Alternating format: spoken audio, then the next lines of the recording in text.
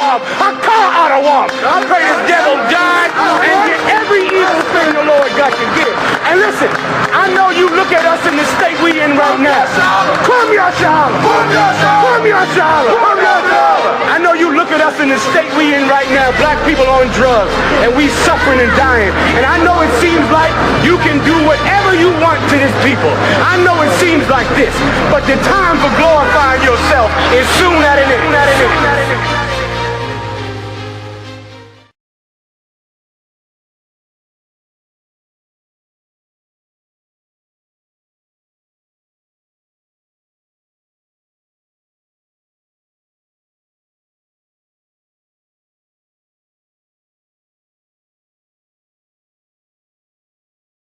I don't listen to white music. I don't eat white food. I don't live around white people. I don't wear white clothing. I'm not going to worship a white God. It would just make sense. Instead, I don't listen to white music. I don't eat white food. But I do love a white God and believe the only God could only be white. And he loves me and Jesus, and let's start singing. And all that comes from Martin Luther King. And his evil is profound, and the damage is profound in black culture. You wouldn't be Christian without him.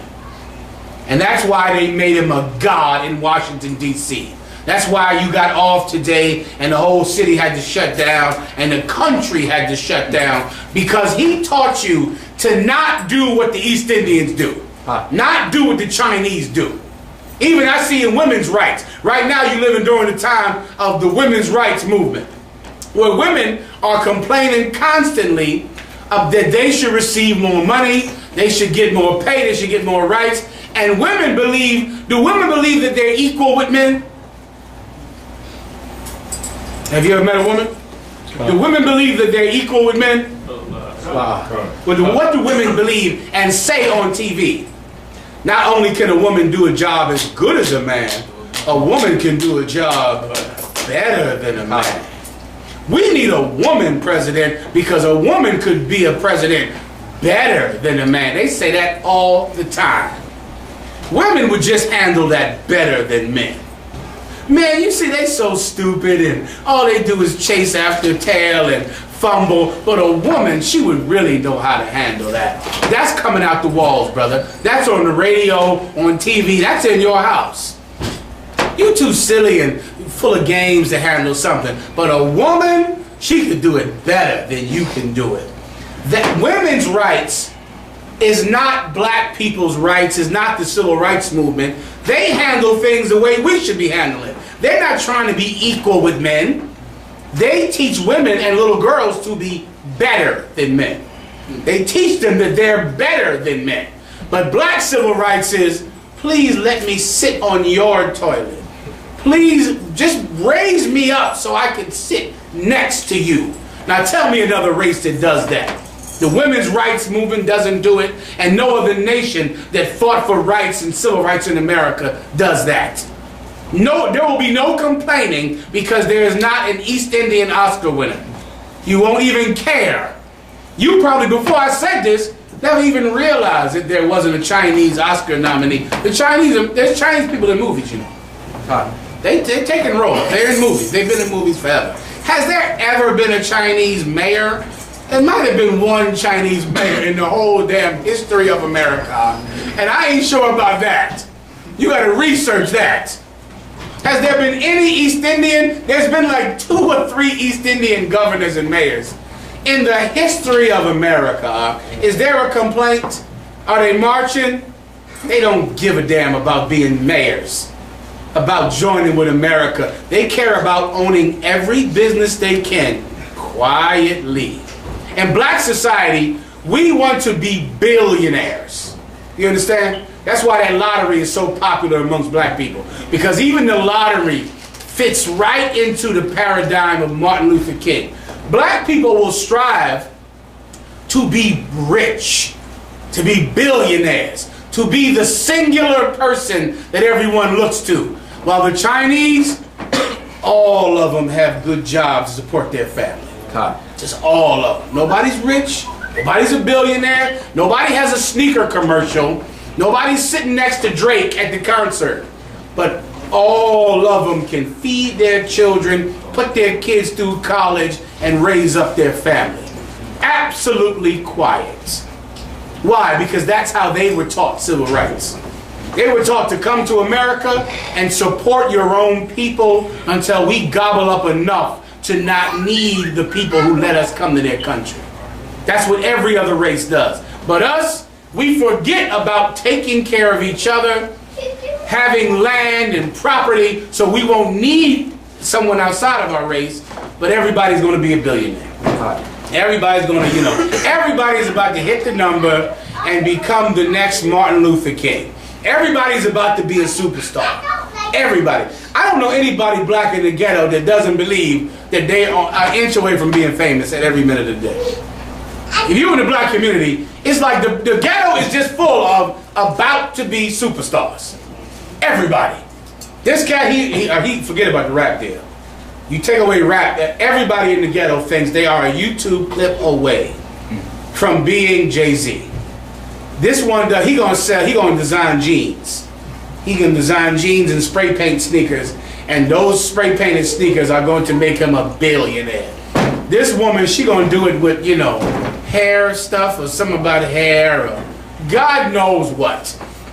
All of them think they're going to hit the lotto at every minute of the day. And none of them decide to put in the slow, dirty work to make a nation survive.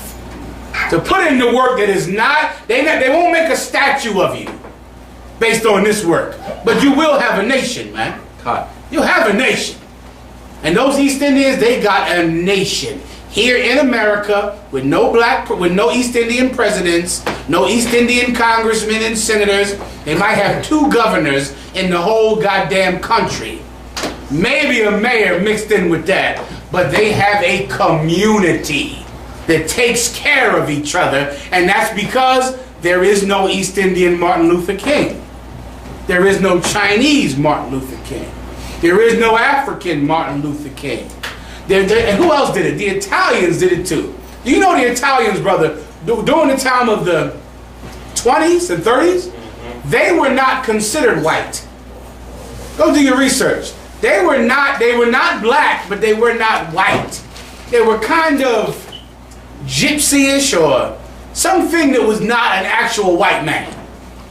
But the Italians, brother, they went in and just dug in and stuck to each other and built each other up and built up their neighborhoods and businesses and a ton of crime, and nobody gave a damn because they were with each other. They didn't try to go be this and be that. They focused on one another, which is what every race does except for ours. Why? Because of Martin Luther King. Because every black person has this hero that now we all emulate for the rest of our lives. So now we love Jay-Z. Why? Because Jay-Z is rap's what? Jay-Z is hip-hop's what? Stay on topic. Martin Luther King. That's Jay-Z. He's Oprah is Martin Luther King. Barack Obama is Martin Luther King. He's a god, and now to have success, you have to pattern yourself like him and have his kind of success. What's his kind of success? Singular to one man. That's Martin Luther King's success. A success that only applies to one person. Will Smith, Martin Luther King. Everybody, the success in the black community is to pattern your success after the success of Martin Luther King. Success in the black community is not owning all the Dunkin' Donuts. That's not black success. Nobody wants to do that. Nobody cares about, should we own all the 7-Elevens? Well, there's no award show for that. Who the hell would want to do it? There ain't no red carpet for 7-Eleven owning. So nobody wants to do that. But everybody wants to be that one singular person that everyone can look up to on Black History Month. And that's why we are such failures at civil rights and such failures at community building. And when you brothers in the UPK, what you are commissioned to do is to build a society so that black people can finally look up and see it done right. to one that they look up and they go, I thought that we all just had to be billionaires and get rich quick and be superstars. Meanwhile, these brothers went and found communities all over the country and built them up from 2 brothers to 4, from 1 sister to 5, and grew and grew and grew and grew in businesses and vans and vehicles and land and farms, and none of them is the superstar. All of them just getting there and do their goddamn job, brother. Oh my God. You could show black people how it's actually done. How you actually build a community. Everyone understands that. How'd you get your hand up? No, I remember we used to come from a camp in Times Square. We was going out there to New York. We always came to Jersey to drop off Captain Zaryat. And we always rode to what we call Bollywood. They had like a 3 or 4 block stretch that was full of these restaurants, their stores, their businesses. And whenever we went there on a Saturday night, it was always crowded. But them up there shopping, buying things, eating their own restaurants, always crowded. I said, God damn, this is what we do. Listen, every other race did it. Forget about the so-called Jewish man. He don't even look at you if you're not Jewish. Yeah. He don't even help you, give you any help. That's why you must get a Jewish lawyer. Yep. Because if you go into a courtroom with a lawyer who's not Jewish, then the judge looks at your lawyer and says, I'm not helping him. You understand? I'm not letting him win a case.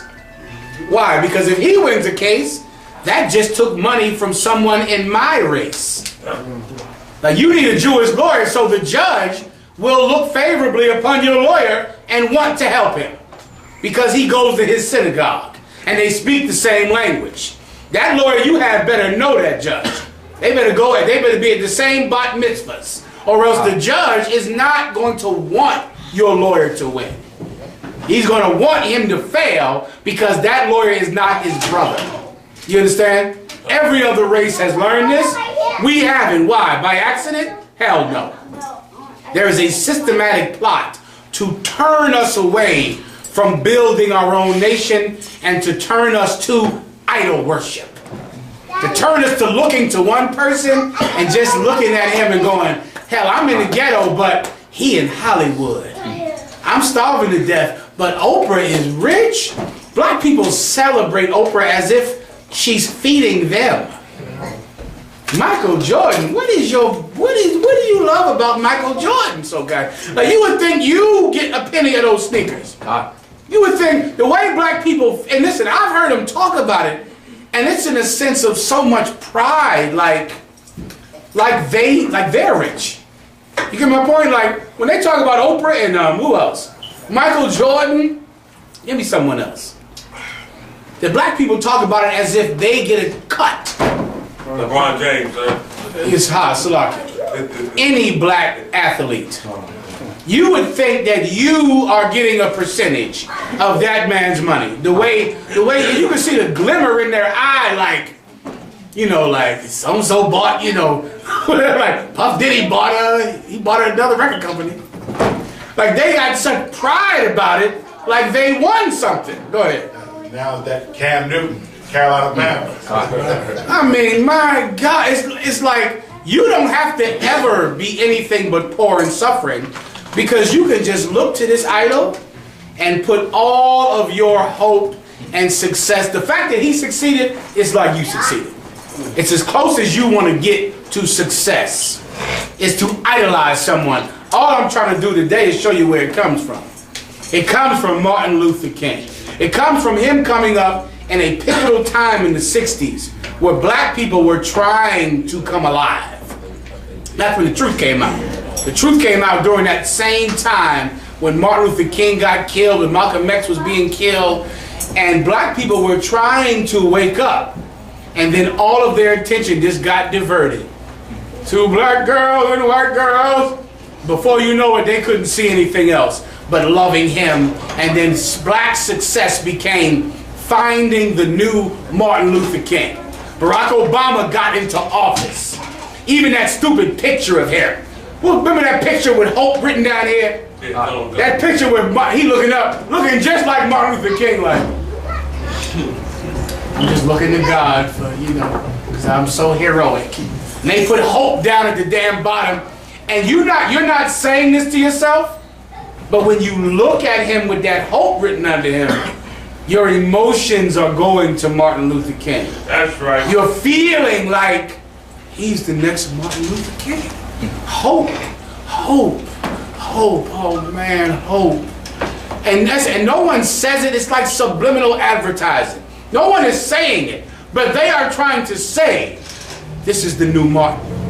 I remember around the time when Barack Obama got elected, I think he was sworn in around the time of MLK birthday. And they had the Hope picture and the picture of Martin Luther King next to it, and it was like Dream Realized or something like that. I remember that. Crazy. Yes, they did. Dream Realized. Go ahead. Didn't the truth come out? Wasn't Black better off with Marcus Garvey? Blacks were better off in slavery than what we are now.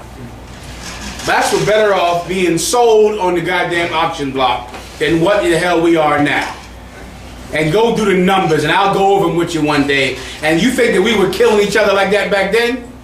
Huh? You think we were murdering each other like that?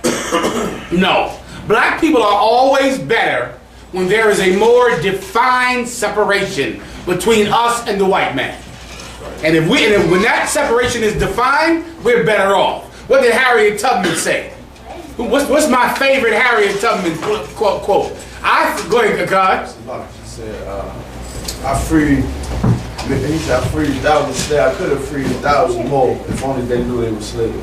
Harriet Tubman, her problem was black people back then didn't know they were slaves while they were being sold on auction blocks. They still didn't know they were slaves. So don't tell me that if I went back in time, we couldn't be in a better shape than we are now. They thought they were in good shape. She tried to get them to leave. They like, hell no, I ain't leaving. You a slave, I'm trying to free you. I ain't no slave, bitch, get out of here. I ain't going with you. They were saying that to Harriet Tubman. Black people, the closer we get to white people, the more we think we can be white, that we can be accepted by them, the worse off we are, man. That's a fact. You can look up the numbers. I've done it too many times. I've looked at the murder rate during the time of lynching. The time of lynching, how many people were killed? 3,000 people. How many people got killed last year? You think about it, brother. You think about it. You look back like, oh, the lynching time, that was a horrible time. That was 3,500 people. What is that in Chicago? 1 year in Chicago, if I'm not lowballing it? The time of lynching, that included the entire country. 3,500 people got lynched. Now, if you do 3,000 people, your crime will have went down. You'll be re-electing the mayor because only 3,000 people got killed. Marcus Garvey was not a man of God. You understand that, don't you? He was not a man of God. He was not in the truth, and that's why he fell the way he fell. Because he didn't realize that he had to fix himself, including fixing black people. You understand that? But black people were always better off if there is a more defined separation between us and white people, all right? Read the Martin Luther King scripture again, please. From 25, sir? Mm-hmm. Jeremiah, chapter 23, verse 25. I have heard what the prophet said. Any questions off the topic? Hang on to it. Go, brother. I have heard what the prophet said, that prophesied lies in my name, saying, I have dreamed, I have dreamed. That's UPK 101. UPK 101. Ariel 101. Yeshaya Kazak 101. Lahab 101. Mashah 101. Keep going. How long shall this be in the heart of the prophets that prophesy lies? Yea, they are prophets of the deceit of their own heart. That's what Martin Luther King wanted to be, a God, and he achieved it. His desire was not for justice for black people. His desire was to be a God. He was vain and arrogant and subverted a movement that was started by the pushcart workers in Chicago, who started that entire civil rights movement when they were refusing to take such little pay to be, the baggage claim people on the trains. And they were tired of how they were being treated by the person who owned their contract. I forget his name. Was it Porter? It might have been Porter. You can go look it up. And they were protesting him. Martin Luther King's people found out about it and subverted and took over the whole movement. And they took over that situation with Rosa Parks. That was a whole nother sister named Clarice or something. Look her up. It was some dark-skinned sister on the bus. They came and told her to get up and she refused. Because she was too tired. They took her to jail and arrested her. She went down to the NAACP office, told them what happened. She was mad as hell about it. When they heard the story, they said, this is perfect. This is perfect for us to use this story to bring attention to how we're being treated. There's only one problem. You are too dark-skinned. And they sent Rosa Parks, who was a secretary, who worked with Martin Luther King, who was in the same fraternity as Martin Luther King's wife. They sent her down to get on the bus and to refuse, so they could use her story. You know you got Google, right? You could just look this up. Ariana. Her name was Claudette Colvin. Claudette Colvin. Some little dark-skinned girl, but they knew that she would not move white people to compassion because she was too light-skinned. I mean, she was too dark-skinned. So they went and sent Rosa Parks on the bus and had her do it because they believed white people would more feel compassion on her. Now, that's the truth. Everyone understands? You got Google now. We had to go learn this in the goddamn library when I was a young officer and be taught it in classes and carry books around, big heavy bags. You can just go Google it. That is the truth of the whole Rosa Parks story that you can go find out. Martin Luther King was just a liar who ginned up a movement to make him a god, to get popularity, and it worked.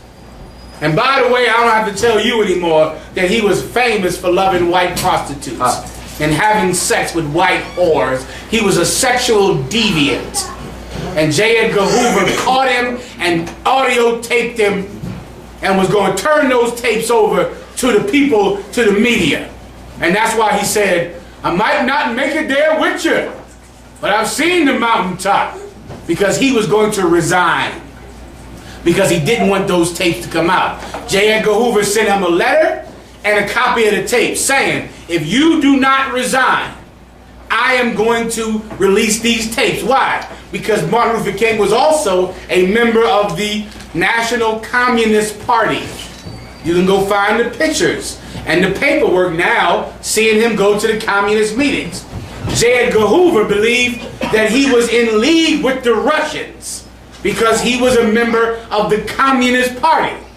So J. Edgar Hoover did not want him leading a movement amongst black people because he believed that he would turn black people into communists, which would make black people allies with the Russians. Is everybody with me? I know it's complicated. If you don't understand, tell me. So J. Edgar Hoover wanted him to resign. J. Edgar Hoover sent him a letter and a copy of the tape of Martin Luther King having sex with 2 white girls. Yikes. He was insatiable of them. 2 of them, brother. 2 white girls, please.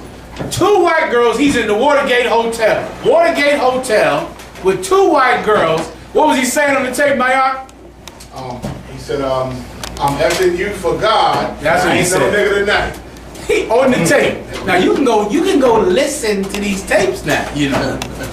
He said, I'm effing you for God. I ain't no nigga tonight. I'm effing you for God. I ain't no nigga tonight. Having sex with 2 white girls. Huh. Who sent those white girls to his room? Take a guess. Yeah, because he knew how lustful the bastard was. He sent 2 white girls to his room. No, he cannot turn them down. He had sex with them like a wild orgy circus.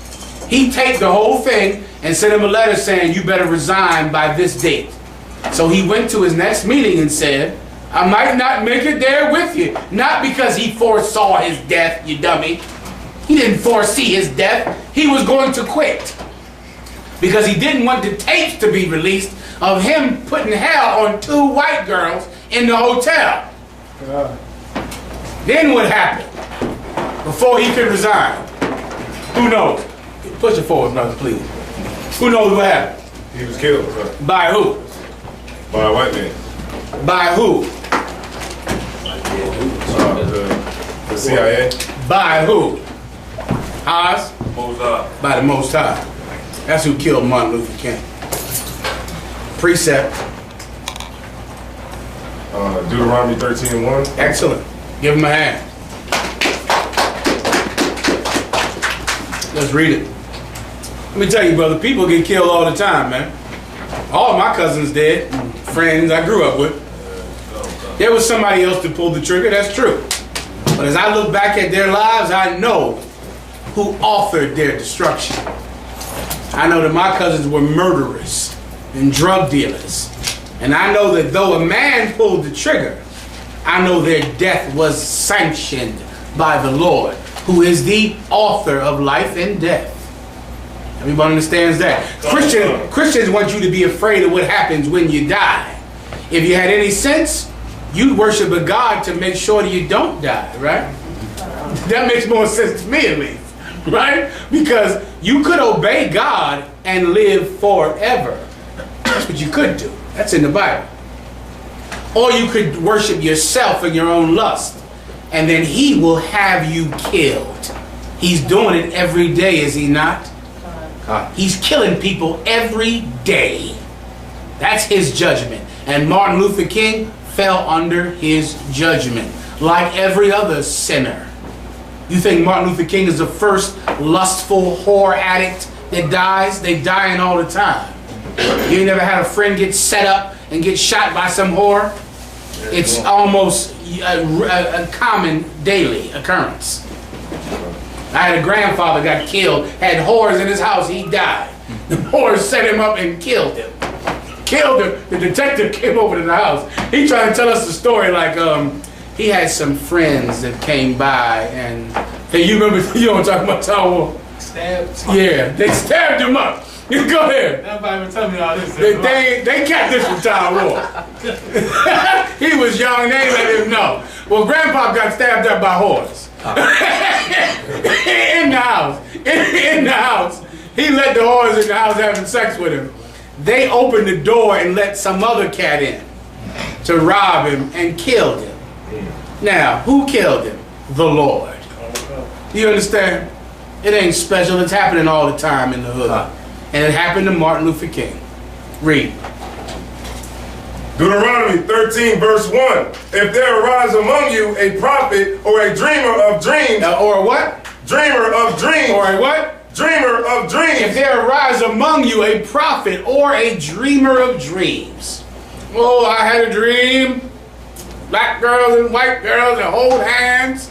Singing that old Negro spiritual. Even that is a damn insult. Why would white people sing our Negro spiritual? That speech is a damn insult. We're in slavery, in bondage, which is why we are singing a Negro spiritual. We're singing to ease ourselves from the pain. It's the blues. You understand? We're singing about, every black song is about dying. Because black people, their life was so horrible that they would sing about dying all the time. Because death was the only release that they could hope for. So they would sing about just, oh, I'm going up to join you. I'm coming up, Lord. One day when I go home, one day when I die. They're singing about death like it's a wonderful thing because they want to die. Now, why would a white person sing that old Negro spiritual? Free at last, free at last. Thank God Almighty, I'm free at last. Why would I join hands with a white person? Why is she singing that? I know why I'm singing it. I know I can't wait till I'm free. I get that.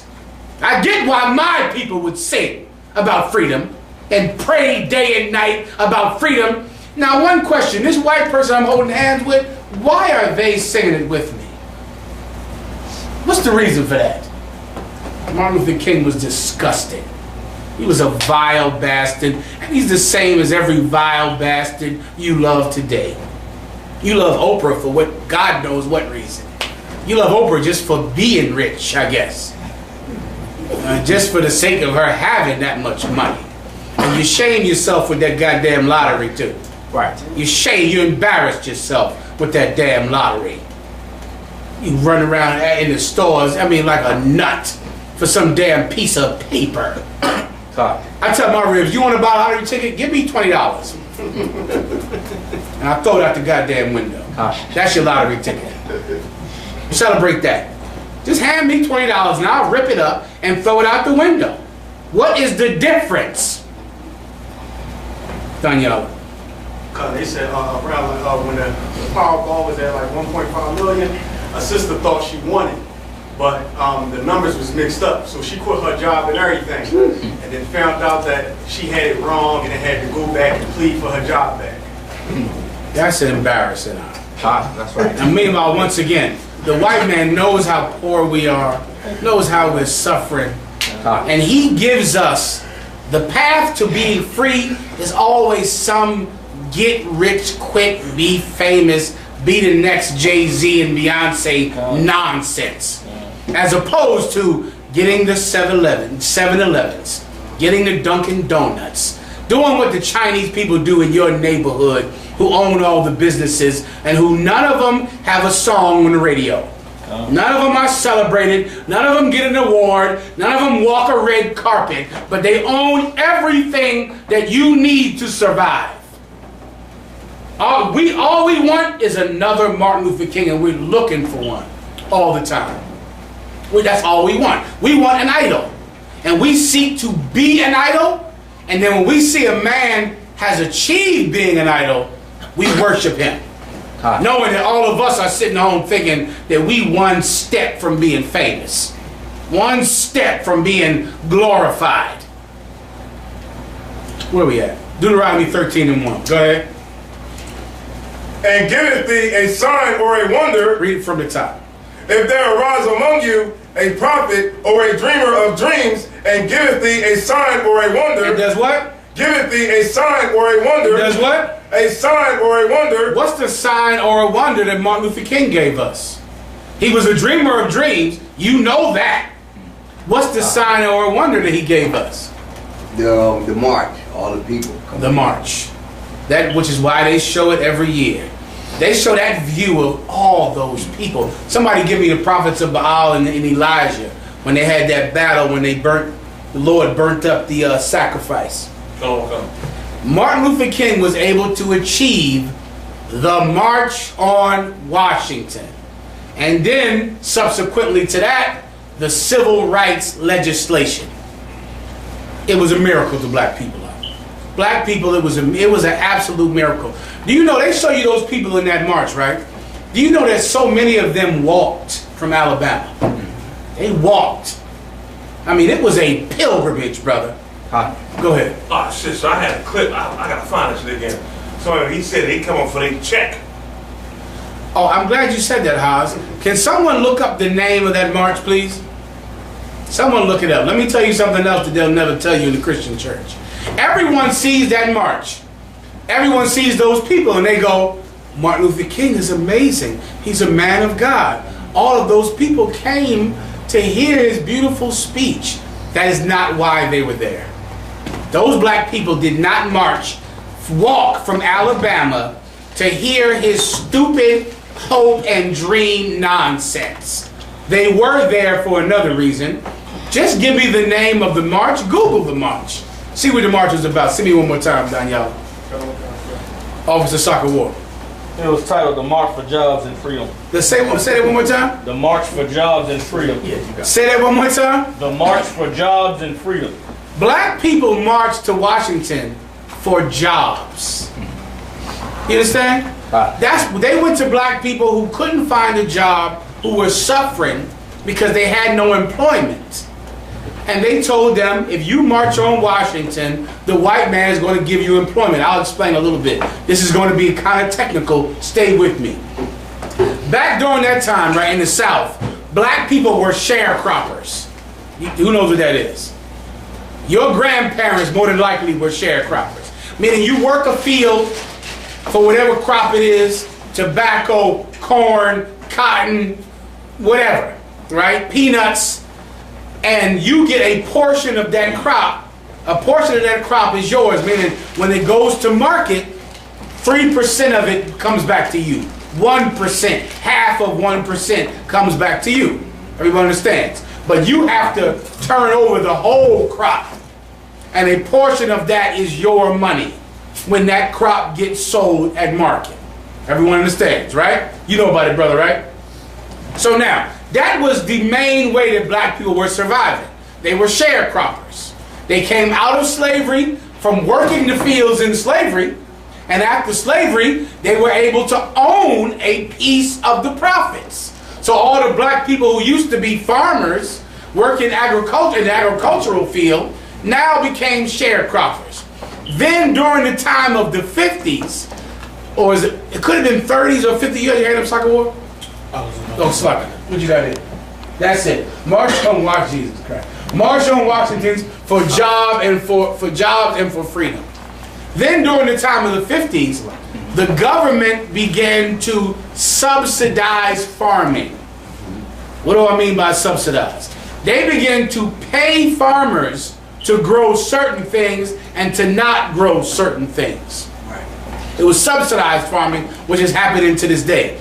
Those farmers that would get the subsidies were always the white farmers because they had the biggest, nicest farms. So they would subsidize these white farmers. So now, let's say in America, they don't want you to grow any more peanuts. They're saying there's too many peanuts, stop growing peanuts. So this black farmer who's growing peanuts, he can't sell any more of his peanuts. But the white farmer is getting paid to grow something else because he has a big, nice farm. The black farmer, he can't sell his peanuts anymore because there's someone right next door down the road who's getting paid from the government. His money is guaranteed whether he grows them or not. He's getting paid in some cases to not grow them. So then when they both go to market, he can't compete. And because of that, the black farmers begin to all fail. They begin to all drop and fail. So Martin Luther King would go into the churches and say, I'm going to march to Washington to say you should give some of those government subsidies to black farmers. You can go look it up, brother. It's all over the place now. Go ahead. Like, I know you're talking about, but my grandparents, you know, they grew up on the plantation down in South Carolina. So after the Calhoun plantation, after old man Calhoun died, he left it to my uncles, my grandparents. So they got like 160 acres farm, but they had to subsidize. They grow soybeans right to the day to the government, for the government. That's correct. Right. And go look up the amount of sharecroppers. Go look up how many sharecroppers there were in the 1800s. Look up how many there are now. You know what I mean? It's laughable. Everyone understands. So Martin Luther King went into the churches telling the sharecroppers who were failing, who were poor, who were being shut down, come march to Washington and I'll get you some of those subsidies. So because they're poor, they all marched. But before you know it, by the time they get there, the march becomes to be about, finish my answer. Now we years after the March on Washington. What was the March on Washington about? Somebody give me the right answer. Money. Yeah, that's what it was about? What money came from it? Wait. Did somebody get some money? I heard he was taking everybody's money. What happened with the money? He spent it. Who spent it? How much money is that? When you think of the March on Washington, do you think, boy, they made a lot of money that day? No. What was the March on Washington about? Soccer War. Making Martin Luther King an idol? It was about Martin Luther King. That's it. It was about making him an idol. That's all it became. It wasn't for jobs. It wasn't for none of the reason that they wore out their shoes walking from South Carolina to Washington, D.C. It just became a stage for this man to be glorified. When they walked there hoping that they would save their farm. You understand? That was the point. The point was that my farm is dying, I can't sell my crops. I'm going to walk here so I can get the government to give me some subsidies so I could sell my crop. The whole thing became one giant summer fest for Martin Luther King. One giant, what's the concerts the kids like to go to? What's the names of them? Summer jam. Summer jam. One giant summer jam for Martin Luther King to stand up on and work his way to being made a god today in Washington, D.C. That's what it was so sad for those poor, misled people. Now, someone look up the amount of sharecroppers, black farmers in the 1800s. Look up how many black farmers there are now. Who had their hand up? Okay. I remember you had brought up before, I'm from DC too, and I never knew that some of them people, well, majority of them had to stay, and they populated, you know what I'm saying, most of the Southeast. They call DC Chocolate City, right? DC is Chocolate City because all those people who walked to Washington had no way to get back. And so they stayed. And then DC became Chocolate City. That's where it comes from. Because, of course, old Smarty Art Martin had no way for the people to get back. Soccer war. And, you know, DC's famous for the term Bama. The term Bama came from a lot of them folks from down south Alabama, staying in DC after the march. And they use that word. They call people Bama in DC. So it takes you a while to catch on to it. It comes from, everybody there is from Alabama because their grandmother walked from there. Because she had nothing in Alabama because the farm was dying. The farm was being closed, being taken. Then, of course, the white farm next door, what does he do because he's so rich and you so poor? He buys your farm. He takes your farm. You buy dirt cheap because how are you going to say no? You walk to D.C. hoping that someone can help you in Washington. Danielle. And I was watching a couple of the clips earlier from Martin Luther King. He always sounded like he was a pastor. When he was talking, always sounded like he was up there preaching. And the crowd, it just seemed like it was just one big church that he was having. Martin Luther King was the chaser for the white Jesus. Yeah. Martin Luther King, every politician after him, if you want black people to like you, you have to talk like you're a pastor. Al Sharpton is from Brooklyn. You understand that? He's from Brooklyn now. Have you heard him? My reverend and president and coveted tabity. He's from Brooklyn. But he knows you can't get black people to listen to you without sounding like a southern preacher. Who else did it to the damn 8 years in the White House? Something black people, and we got a something. He is from Hawaii. I gotta do this, and something. And something, who else did it? I did not have sexual relations with that woman. Whoever black people like, you must talk like a southern preacher or else black people don't like you. Why? It's because of the Christianity. It's because we are sold to that white Jesus. And Martin Luther King started something that everybody after him kept up. After him, Al Sharpton had to sound like he was from the South because of Martin Luther King. Barack Obama and Bill Clinton had to sound like they were from the South because of Martin Luther King. Martin Luther King is the author of your troubles. He is the gateway drug to Christianity. He's the chaser to the stiff drink that you've drunk out of Christianity your entire life. You wouldn't even want to be Christian if not for Martin Luther King. Let me tell you let me give you what Martin Luther King left you. Who wants to hear a sad but funny statistic? Let me lay one on you real fast. You've heard about the black entrepreneur, right? All your life. You've heard about black people. The minute you grow up, what do you want to be? I want to be an entrepreneur. That word, black people love that word. I'm an entrepreneur. Oh yeah, I own my own business. Oh yeah, I'm gonna own. What you gonna do when you grow up, Rashid? I'm gonna own my own business. Let me give you the stats, Rashid. This one's funny. I hate to even say it.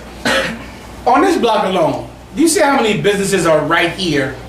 On one block, how many businesses do you think are on one block? 10? On this block, it's 10 businesses. 10 on this one block. Can you imagine how many businesses are in America? How many businesses are 3 blocks? Who can guess? 50? Am I low bar? 50 in 3 blocks. Go into your neighborhood, there's a business every few feet. There's a business. Well, how many black-owned businesses are in America? 365,000 in the entire country. Hold on to your hat. And of that 365,000, 99% have less than one employee. That's from the Department of Interior. Do you understand what that means? It's sad and funny at the same time. A lot. I'll give it to you again. It is 365,000 black businesses in America. This quote I got 2 weeks ago. 2 weeks, I'm watching some Christian, Roland Martin, trying to cut the preachers who went and saw Martin Luther King. And went and saw Donald Trump. And he said, when you was with Trump, you should have told him about this stat from the Department of Interior. There are 300, out of every business in America, there are 365,000 black-owned businesses, and of that 365,000, 99% have less than one employee. I said, say what? I said, nah, that can't be true. I went and got on the computer, brother, it's true. Listen, less than one employee means this. Most of black businesses is just a nigga with a truck. That's it. It's some nigga with a truck.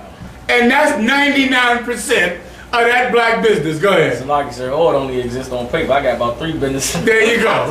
You added to the 365.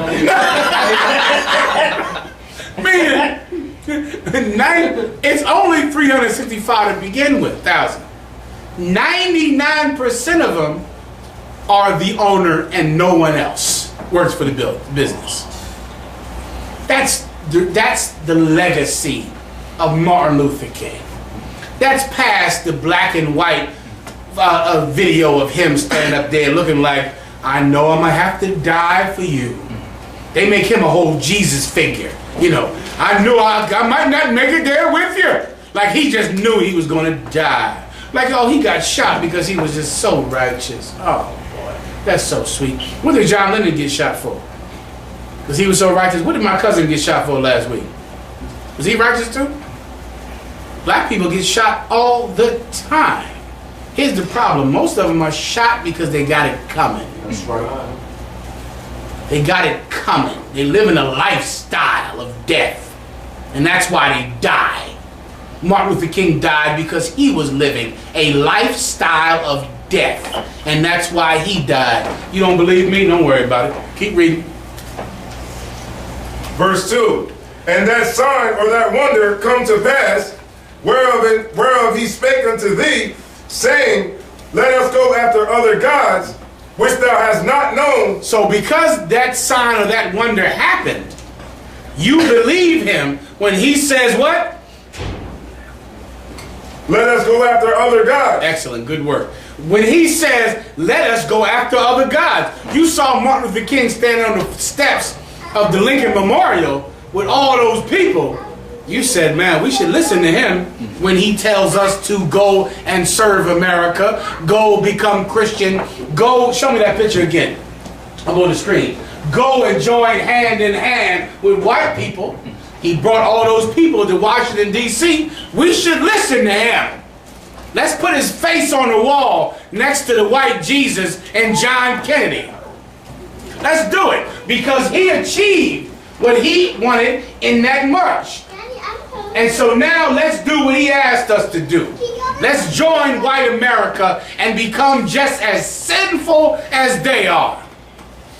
Then later on, what did Martin Luther King say right before he died? Who knows? You can look this up too. Right before he died, he was talking to Harry Belafonte. And he said, I fear, Ariana, I fear that I have integrated black people into a burning house. I said to myself, it was a little late for that, Martin. God. He regretted doing it right before he died. He said, I fear that I have, you can look this up, Google this, of course. Look at this Google, I fear I have integrated black people into a burning house. That's what he said after he saw how black people followed him into integration. Every black person now was trying to unify with white society. But then Martin Luther King began to see how the FBI was and how J. Edgar Hoover was.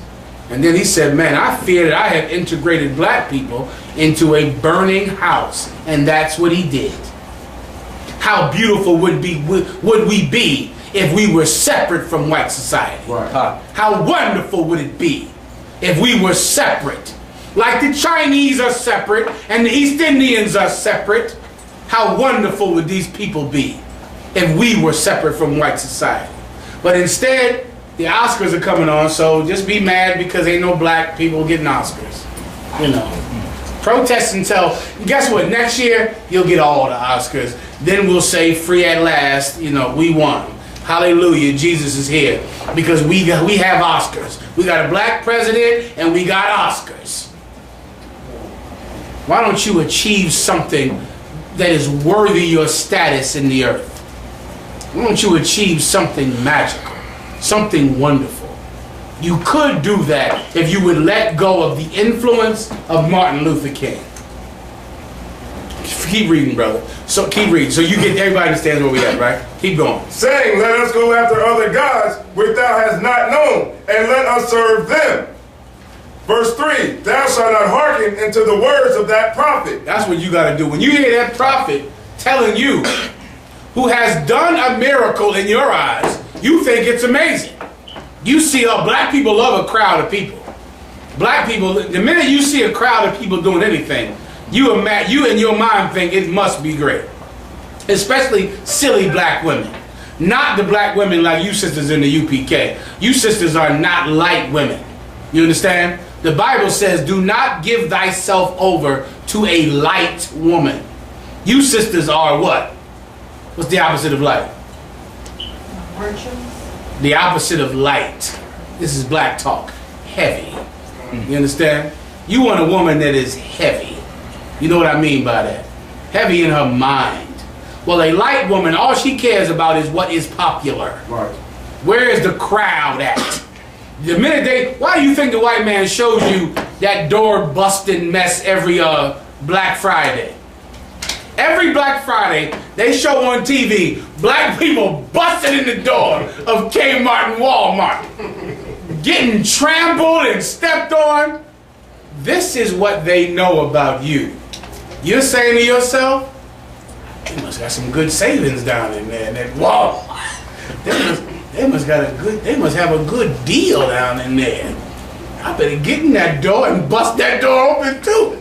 Look at that crowd busting in that door, stepping on everybody's face. It must mean the savings is that good in Walmart. Here your simple ass is next year busting in the damn door. Hurry up. Everybody gets it? You saw Martin Luther King's crowd. And you said, oh man, he must be a man of God. Look at all those people all behind him and in front of him on the steps. What he's saying must be what God says. We should all integrate. You were fooled and played by your own lust. You should have rejected him when you when you heard what he said. You understand? You should have said, whoa, join white people. Hold up now. I know who has beat my back 400 years. Right. I know who has destroyed me, aborted my children, castrated me, beat my grandmother, burned the eyes out of my father for reading the Bible. Nah, I'm not doing that. When you heard him, you should have rejected it. But you didn't because he performed a miracle in your eyes. Keep going. Or that dreamer of dreams. Or that what? Dreamer of dreams. Or that what? Dreamer of dreams. Keep going. For the Most High your power proveth you, to know whether ye love the Most High your power with all your heart and with all your soul. Who can break that down for me? Come on now. Come on, y'all. Just give me what that means. And give it to me in Joshua where the Lord said, I leave the other nation around you that I might prove you. I leave the other nations around about you to prove you. You brothers, raise your hand if you have not graduated Hebrew Academy. Good work. Let me tell you, I've had so many counsels about Hebrew Academy since Jeremiah gave the order to get those medical forms. It is trying all of you. It always does. The minute someone begins to speak about Hebrew Academy, you are being tested. The minute you hear Hebrew Academy is coming, you're being tested. The minute that starts to happen, everything is a test. And the Lord is a father. And fathers love to test their kids. That's right. It's them. It's being a father. You want to see what the young man has. You understand? If you brothers that haven't raised sons, you might not understand what I mean yet. One day you'll get it. You want to see what he has in him. You want to see what he's made of. That's the Most High. You understand? Now break that verse down to me and make me understand it. Read it one more time. Thou shalt not hearken into the words of that prophet or that dreamer of dreams, for the Most High your power proveth you, to know whether ye love the Most High your power with all your heart and with all your soul. Ariel. Saying the reason he brings that prophet to you to see whether or not you will follow him. Give him a hand. This is what Martin Luther King could have been. Well, Salakia, this is what Martin Luther King is to us. He is this to us. Martin Luther King was just a test. That's all he was. The Lord let him go and get in that big crowd, speak in front of those people, and then the legislation got passed. What did the legislation say? Now, black people can sit on white toilets. Oh, Jesus. White, you telling me that I can now drink from a water fountain that the white people drink from? You thought it was a miracle that he achieved that. Why did that happen?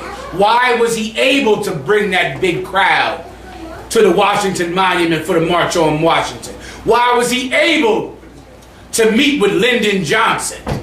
Why was he able to meet with J.F. Kennedy? Why was he able to achieve such success? To prove you, to see whether you love the Lord with all thy heart and with all thy soul. That's why. Martin Luther King's movement was a test. It was a test. I just read it. I'll read it again. Read it from Dreamer of Dreams. Or that dreamer of dreams. Or that what? Dreamer of dreams. Or that dreamer of dream. Go ahead. For the Most High your power proveth you to know. Come on. Whether ye love the Most High your power with all your heart and with all your soul. He wanted to see whether or not you love the Lord or not. So what did he do? He rose up some man, some dreamer of dreams to prove you, to see whether you love the Lord God or not. So this man is going to tell you just what you want to hear. He's going to be dressed just the way you like to see a man of God dress. He's going to be famous. He's going to be about hope and change and love and peace, and all of your problems will go away to see what you have in you, to see what you're made of. It was a test, and Commander General Yohana passed the test. Ariel passed the test. Lahab, Yaquab, Yeshaya, Kazak, Masha, those men who were around back then, they said, I ain't falling for this garbage, man. I'm not getting in the Rainbow Coalition. I'm not doing it. They passed the test that so many of us today have failed. It was a test. Give me the scripture in Joshua. Who has it? Joshua 1:6. The other nations to prove you. Come on, y'all. Get quick about finding these scriptures. It's in the book of Joshua, I believe the first chapter. Well, I have left the other nations round about you to prove you. Keep reading. Same brother. I got to move on to the next topic. Thou shalt walk. This is verse 4. Ye shall walk after the Most High your power and fear him. and keep his commandments. And do what? Keep his commandments. Integrate. Keep his commandments. Follow Martin Luther King into a rainbow coalition. Keep his commandments. That's what the Most High wants out of you, man. And if you obey Martin Luther King, you will have to break the Lord's commandments. And in doing it, you're not going to get a job, dummy. You ain't going to hit the lotto. You ain't going to be famous and wonderful, and you and your wife just hold hands and dance at the, what's that old, the bald-headed cat with the teeth? Not Steve Harvey, but the other one. That has a radio show. Tom Joyner. You and your wife won't dance at the Tom Joyner concert on the boat, having a wonderful middle-class life. You are going to be in hell. Your wife is going to whore on you, and your son is going to be a sodomite. That's what is going to happen to you, though you think, if I follow Martin Luther King's dream, I will get to touch his success. I'll get to touch Creflo Dollar's success. I will get to touch T.D. Jakes. What's the one with the purple? The purple one that loves the boys. Eddie Long. Eddie Long. I'll get to touch Eddie Long's success. That's not going to happen for you. Why? Because Eddie Long is a test. Creflo Dollar is a test. Martin Luther King is a test. And you failed. In here, you brothers have made it your way. In the UPK, all over the world, you won. You passed the test. You didn't get suckered in. You sisters, and the sisters, it especially wants to sucker you in. Because even during the time of slavery, the white man would use our women to pacify us. Use women to nag you into obeying white people, which is what a woman can do. She can nag you so much to where you'll do just whatever she wants, regardless of whether it's right or wrong. And that's why men like Martin Luther King and T.D. Jakes and the purple faggot sodomite that wears that likes the boys, they love to seduce women, knowing that by getting you, they get everybody. By getting women, you get the man through nagging, and you get the children through obedience to the mother. And every woman in the UPK, you passed the test. Every brother, you passed the test of Martin Luther King. Who has it? The book of Joshua, someone called Kathum-Gabar. I believe it's in the book of Judges. I meant to say Judges. Salaki, it is Judges. Go ahead. You know where it is? Where is it at? Judges 3:1. Judges 3:1. Salaki. Someone pull that.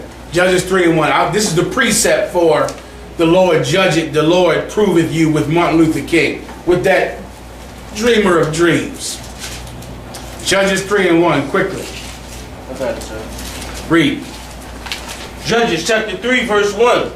Now these are the nations which the Lord left to prove Israel by them. So stop. So right now, this is when we went into our land after we dwelt in the wilderness, wandering for 40 years with Moses. Then finally we went into our homeland of Israel. But the Lord left certain nations close to us. He didn't remove them. He left them right there. Read it one more time. Now these are the nations which the Lord left to prove Israel by them. The Lord left these nations around us, living close to us, to prove us, to try us, to test us. And brothers, you must be willing to be tested, man. Don't fight it. So many young men I've seen throughout the years, they resist the test. Don't resist it, man. Go through the crucible of it, brother. Go in the crucible. Go in the fire. Go in it. You see the fire here? Walk in it. Walk in it and see what you have. Prove your father's worth in you. Prove that your father has raised up a man that can endure. Walk through it. The world teaches you to go around it. Right. The minute you know something is difficult, you bowing out. You falling out. Some brother left the truth the other day. I laughed so hard. Where was he at? I forget where he was. He transferred from someplace. And then he heard about the Hebrew Academy. Right? And he was supposed to leave from the city he was in, which was Florida, and go to New York.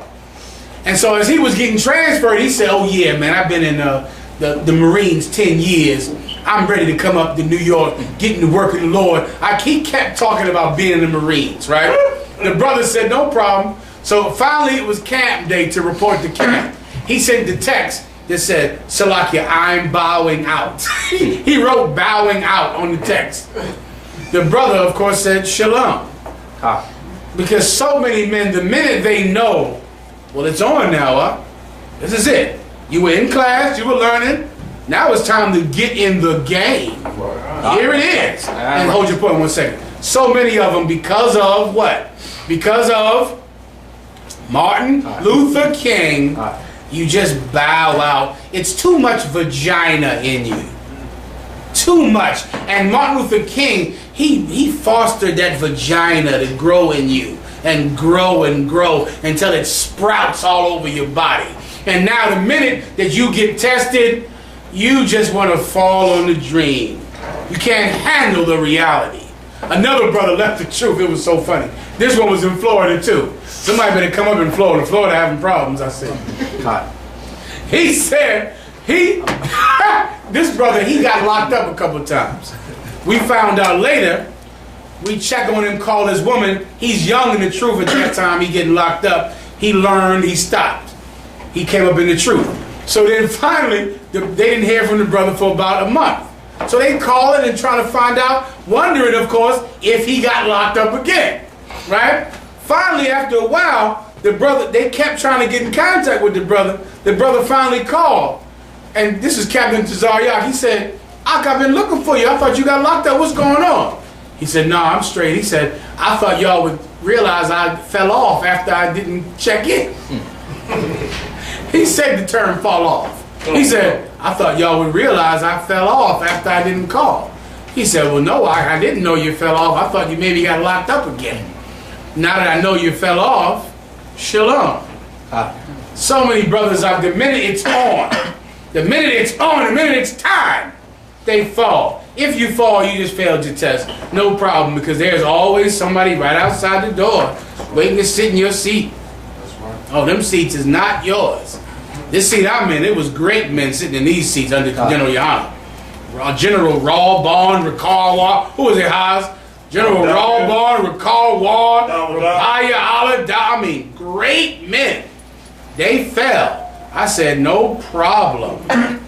I went there and just sat in their seat and got it on. All right. That's all. I was officer of 5,000. They left the truth. I said, well, shit, I guess somebody need to go up there. And went ahead and did it. Everybody understands that? I don't want to cut it. Martin Luther King taught us that we should fall and be weak and give in to the stronger power. When he was just a test for us. The Lord gave us another test. Read that scripture one more time. Okay. Judges chapter 3 verse 1. Now these are the nations which the Lord left to prove Israel by them. Keep going. Even as many of Israel as had not known all the wars of Canaan. Meaning what? These Israelites that didn't know all of the fighting we had to go through to get this land. God. So they left certain nations there to try us. And they're the same nations you know now. The Edomites, the Ishmaelites. Edomites are the white man. The Ishmaelites are the so-called India, people from India. The Africans. He left them round about us so they could seduce us some more. So they could turn us some more. And so the Most High could see who has it and who doesn't. Martin Luther King was a test. A cause. Is that the same thing as when the Lord had Adam in the midst with the tree of knowledge of good and evil and the tree of... It's the Bible out. Oh, God. It's everywhere. It's don't eat from this tree, eat from this tree. And the tree is sitting right there every day. Talking to you. Tempting you. It's the Bible. It's the entire book. The book of the Bible is stories of men being tested and the chronicling of the men that passed the test and the admonishment of the men that failed the test. It's everywhere in the Bible. It's any story you've ever heard about in the Bible at all. It's Samson. It's David. It's every story. It's a test. Life is a test. Now you can run from it or you can embrace it and go in it. It's up to you. All right? Keep reading. Okay. Slacking, you sir? No, Salaki, the young man in the back. Go ahead. Concept. Verse 4. Ye shall walk after the Most High your power, and fear him, and keep his commandments, and obey his voice, and ye shall serve him, and cleave unto him. Excellent. Keep going. And that prophet or that dreamer of dreams. Or that what? Prophet or that dreamer of dreams. Or that what? Prophet or that dreamer of dreams. Go ahead. Shall be put to death. Shall what? Be put to death. Shall what? Be put to death. Shall what? Be put to death. Who killed Martin Luther King? That was God's judgment. God. That he died. That prophet or that dreamer of dreams who led you to worship other gods, who was really to prove you, to see whether you love the Lord God and would keep his commandments, that prophet is going to get killed. That prophet who's being used to be a test, he's going to die. He's going to die. The question is, will you follow him or will you follow the Most High's commandments? But he is dead. He's getting killed. Does this sound strange to you? How many of you grew up in the black community in the ghettos? Raise your hand. Who was around your ghetto getting all the money and all the fame and all the love from everybody? Young man. The drug dealers. The drug dealers. The most wicked of our people getting all the fame, all the girls, all the money, all the love. Then what happens? Get pulled up, get killed, get shot. Then they die.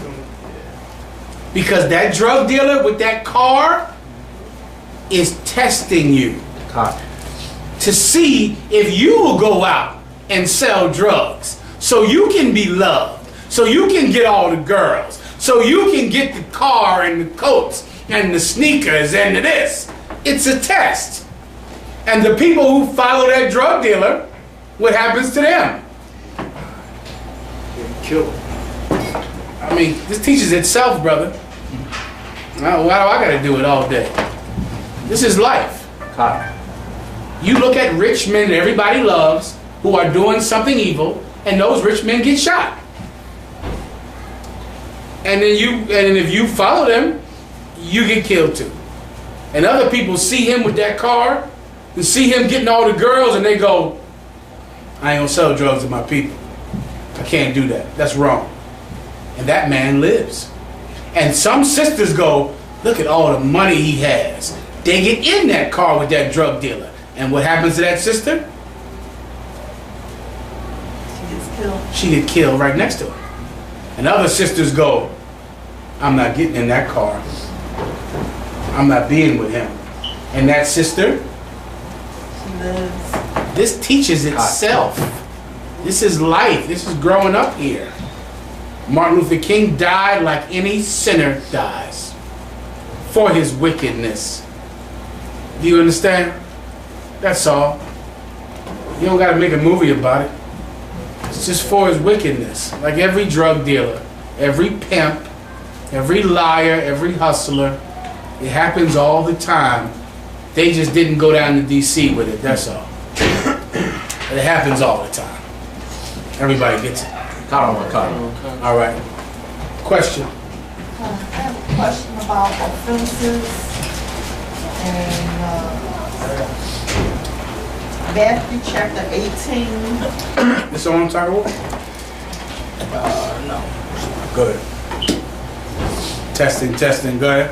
Matthew chapter 18 verse Somebody read it for us. Matthew 18 and 6. 6 through 10. Matthew 18, 6 through 10. Knock, you got it.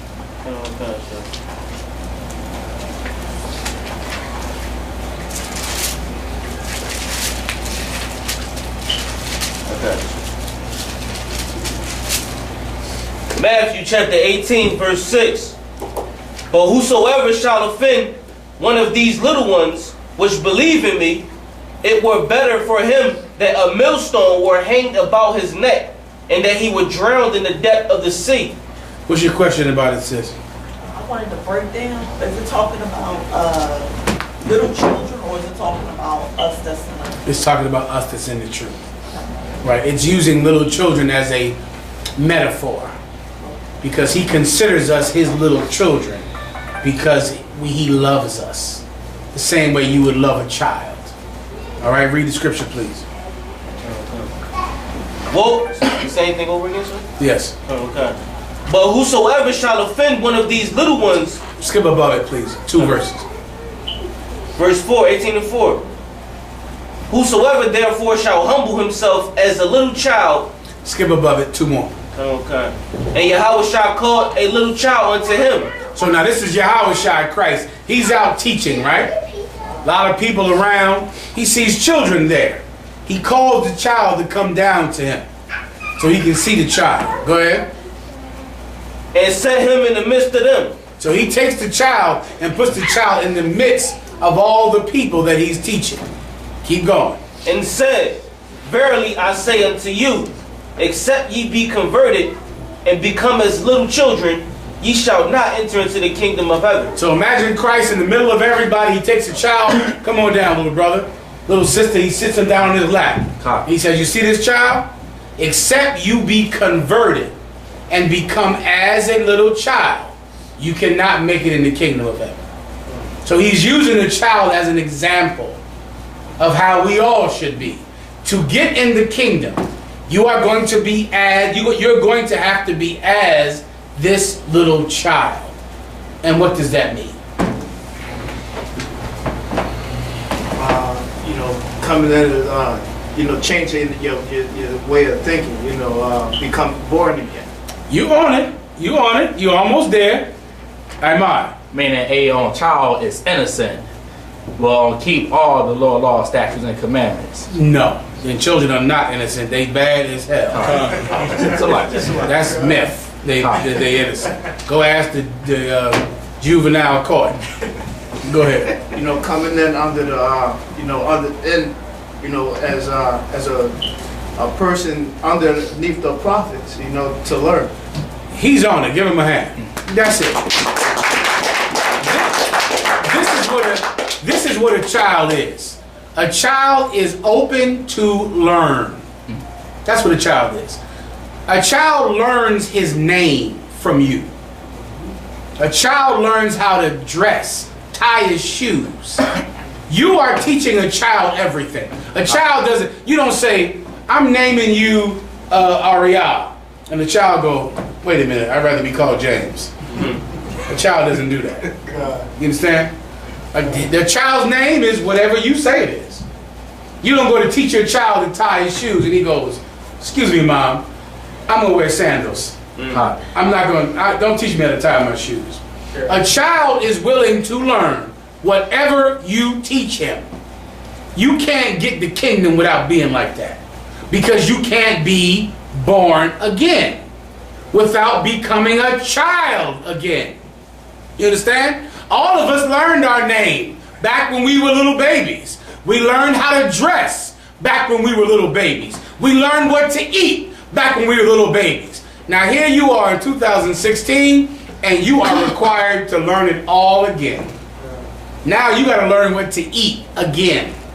Learn how to dress again. Learn your name again. Learn everything again. You get my point?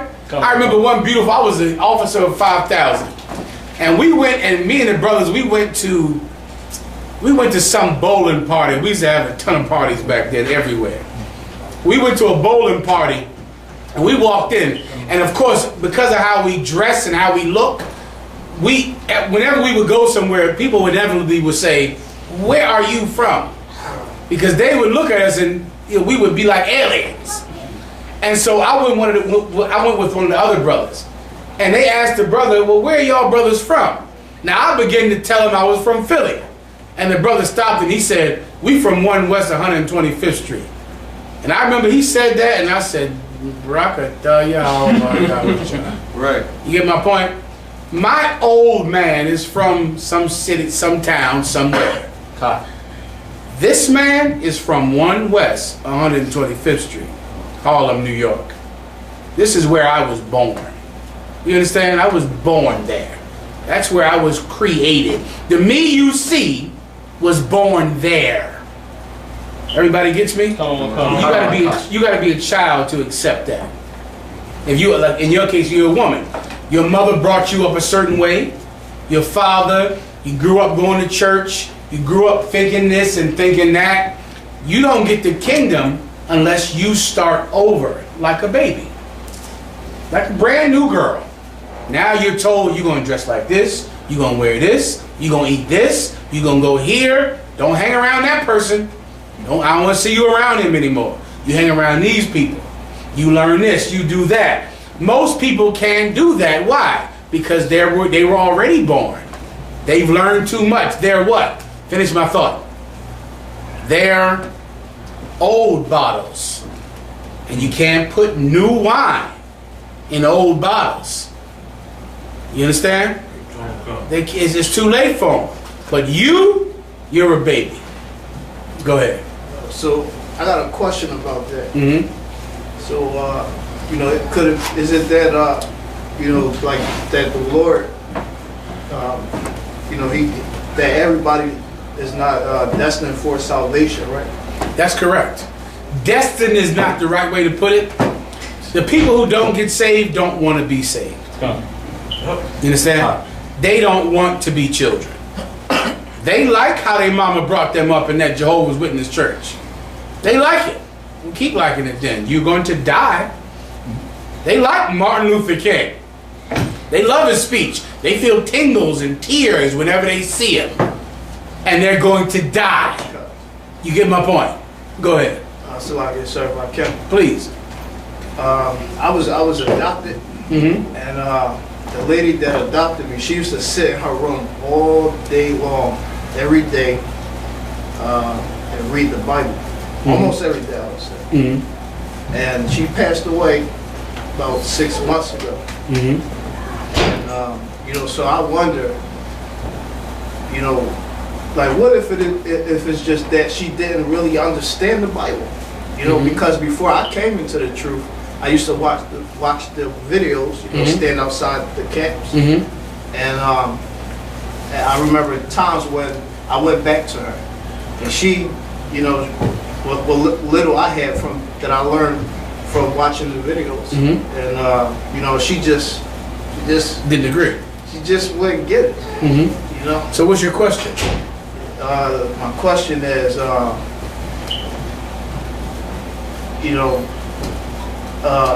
is it that the Lord just didn't want her to understand it, or the Lord just wants certain people that He's looking for?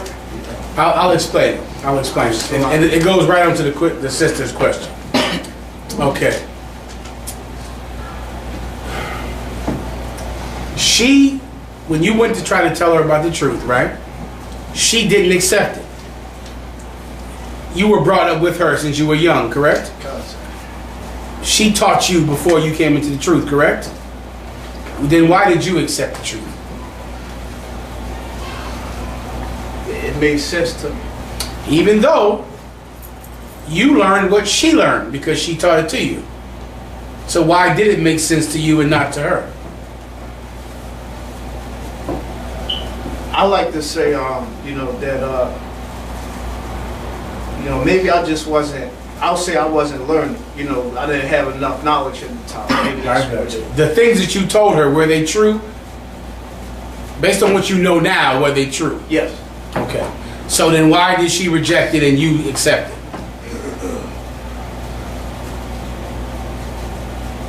What's the obvious answer? What's the obvious answer? What did she say? God, it is what it is. Like, sometimes it is what it is, right? She didn't like it. She didn't agree with it. Right. She rejected it, which is what she said, right? You did accept it. That's just a fact. Let's not be religious about it. Here's Pepsi, here's Coke. I don't like Pepsi. I like Coke. Well, did the Spirit not let you receive the Coke? Was the demons in the Pepsi? I don't like Pepsi. I like Coke. You understand? She didn't like the truth. She liked the lie. That's just true. You get my point. Now, to go to the sister's question, Here's how you get the kingdom of heaven. Here's how you wear a crown on your head. Here's how you rule over nations. That woman didn't raise me at all. You understand? That woman did not raise me. That's not the woman that raised me. I was raised by Commanding General Yohana. That's right. I was born on 125th Street, 1 West. That's who I am. That boy she taught is gone. That boy she fed those lies to is not here anymore. He's gone. If the boy is not gone, then you'll struggle. You'll be what the Bible is called double-minded. Because the boy she raised is still here, and the new man is trying to grow. So then because of that, you go back and forth. But one day you finally say, my family is them that keep the commandments of God. That's right. That happens to every brother and sister one day. And if you don't come to that, it's a struggle. You know what I'm talking about, sis? If you like, well, my mom said this, and my father said this, but the Bible in the UPK says this. If you don't say, that's not my family.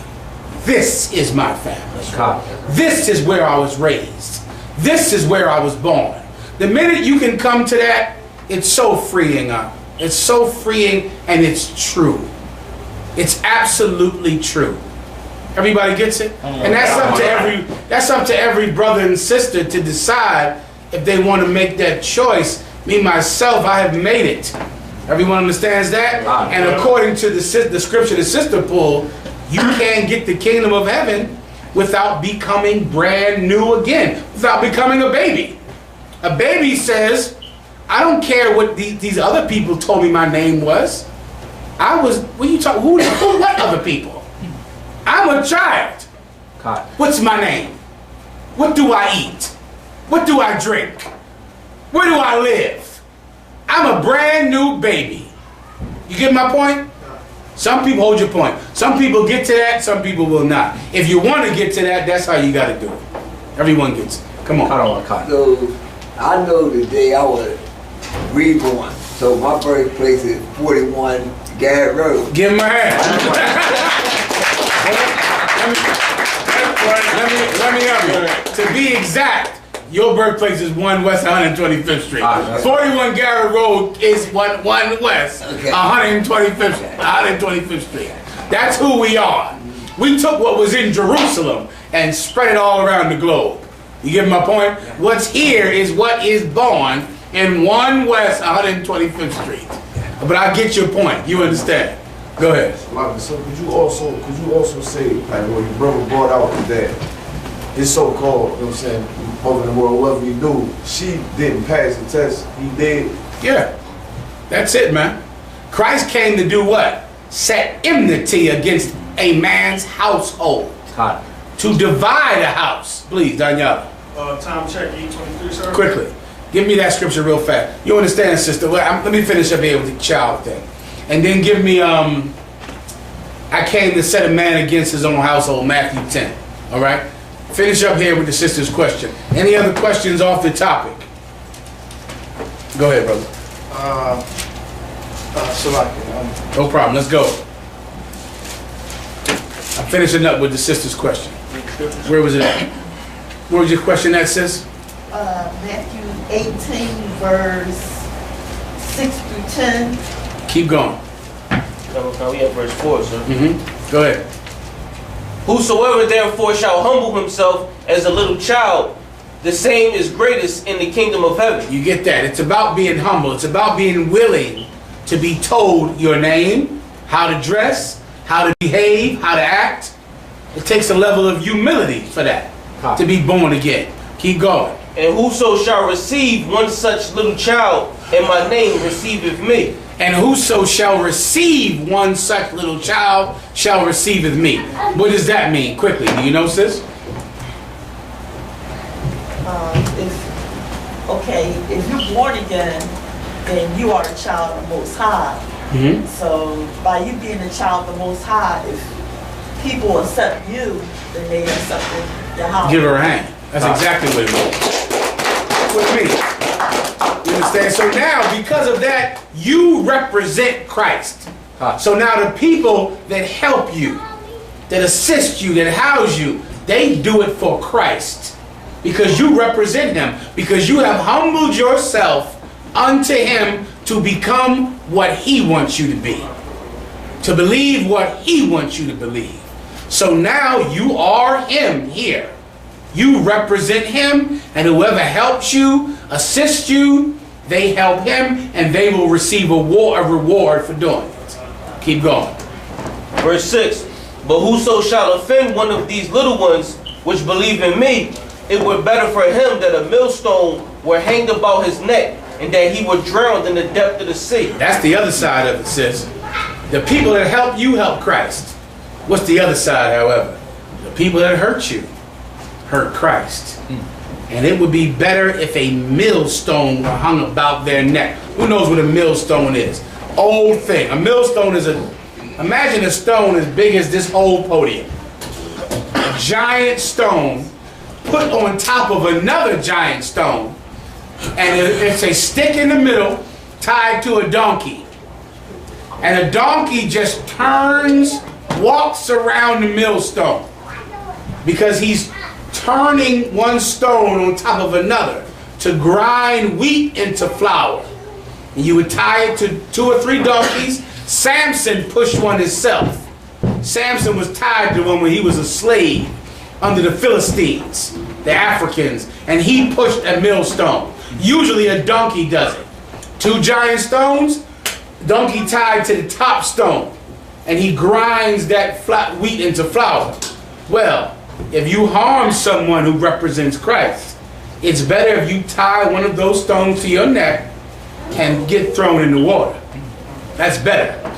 You get my point? Because the Lord will defend you because you represent him. You aren't yourself anymore.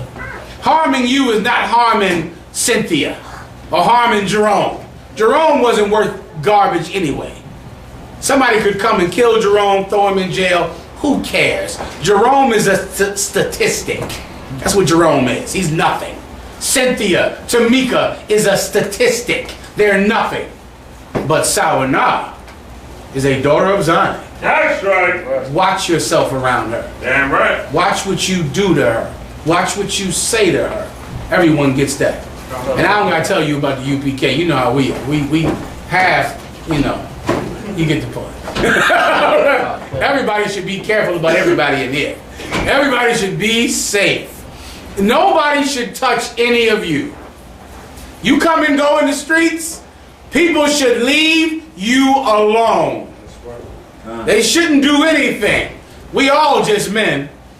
You get my point? We all make mistakes out around. You get my point? God forbid we should make some mistakes. So everybody, so that nobody makes mistakes, you come and go as you please and everybody leaves you alone. Everyone understands that.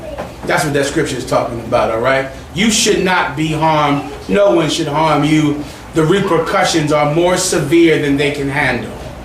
You understand? Keep going. Verse 7. Woe unto the world because of offenses, for it must needs be that offenses come. But woe to that man by whom the offense cometh. Woe unto the world because of offenses, meaning what? The world is going to persecute the people that represent Christ. And these offenses must come. But woe unto them that bring them. You understand? Even though we are supposed to suffer affliction for serving Christ, and we're going to suffer it, but the world is going to pay for it. That's right. You understand? They're going to pay for what they do to us.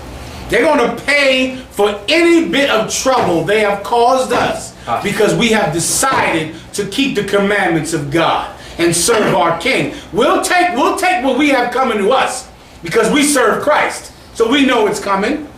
But they are going to pay for giving it to us. You understand? Where we at? Verse 8, sir. Wherefore if thy hand or thy foot offend thee, cut them off, and cast them from thee. Wherefore if thy hand or thy foot offend thee, cut them off. Now whoever can give me this answer, I'm going to be impressed. Because your hand or your foot is So like, can you repeat the question? Therefore, if your hand or your foot offend thee, cut them off. Because, now this is my part, I'm asking the question now. Because your hand or your foot is what? It's keeping you back from I need it in the Bible, I need it what we just read. Yo, temple. It's like a what? Offending you. But it already said that part. That's not the part, that's not the killer. Is your hand and the foot would be your family? Your hand and your foot are in the world. God. How do you know your hand and your foot are in the world? It's like a what? You're offending you. Read it one more time, please. Okay. Therefore, wherefore, if thy foot or thy above that. Okay. Woe unto the world. Woe unto what? The world. Woe unto what? Woe unto the world. Woe unto the world. Keep going. Because of offenses. Because of offenses. The world the people in the world bring offenses on people in the truth. I don't have to teach y'all that. Everybody here knows that. People in the world offend people in the truth. They say you're in a cult and they hurt you and they ridicule you because you're in the truth. Woe unto the world because of offenses, meaning destruction on the world because they offend people of Christ. Keep going. For it must needs be that offenses come. People in the truth will suffer offenses because they were offended by Christ. So they will be offended by us. They hated Christ, so they will hate us. So we will suffer offenses. Go ahead. But woe to that man by whom the offense cometh. But woe to that what? Man. That what? That man. Woe to that man, because that man is in the world. Woe to that man by whom the offenses cometh. Woe to the world because of offenses. Woe to that man by whom the offenses come. Are you with me? That man is in the world. And he is offending the people of Christ. He's ridiculing them and shaming them and trying to get them to leave the school and hurt. When nowadays I work hard on the job, till I come cross still like I'm a criminal. Trying to get caught, it could be your first charge. Like, man, you ain't getting the man to me.